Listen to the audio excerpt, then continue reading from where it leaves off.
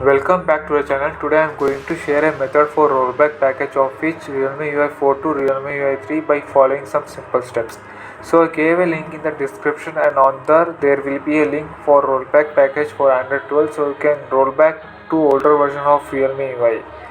Now I will share a demo of installing rollback package by the help of local install in the settings, so follow me. Here you have to download rollback package for Realme C25s, which is Realme UI 3. So download from here. Now we will move on demo method. So follow me each step carefully. After downloading the rollback package, you have to move rollback package in the internal storage from download folder. So just follow me the same method which I am doing right now. So you can do this method without any problem. Now simply move on the about section.